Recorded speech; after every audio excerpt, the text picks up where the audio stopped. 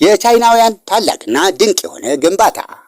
ይህ የቻይና በጣም የሚያስደስት ጠመዝማዛ ደረጃ ወይም ስቴርኬዝ ነው። በአይንህ ካላየኸው ወይም በአይኖት ካላዩት እንደዚህ ያለ ዘግናኝ ደረጃ አለ ብለው አያስቡም ነበር።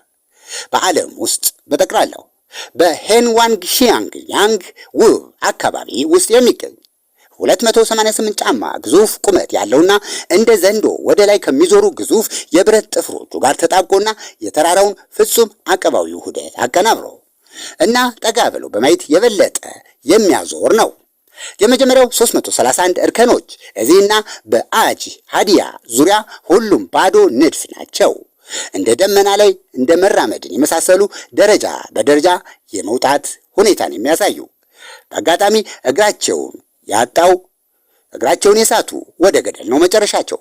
እያንዳንዱ እርምጃ የልብ ምት ሲጨምር ሰዎች ጭንቀት ሊሰማቸው ይችላል። ይህ ህንፃ እንደ ጥበብ ስራ ነው የሰውን የፈጠራና የድፍረት ወሰን የሚፈታተን እና በጋራ መመርመር እና ማመስገን ተገቢ ይሆናል። የበለጠ ልዩ የሚያደርገው ነገር ስላለ ይህ ሁሉም ሰው ደረጃውን እንዳልሆነ ከመወሰኑ በፊት ለመውጣት መሞከር ይችላል።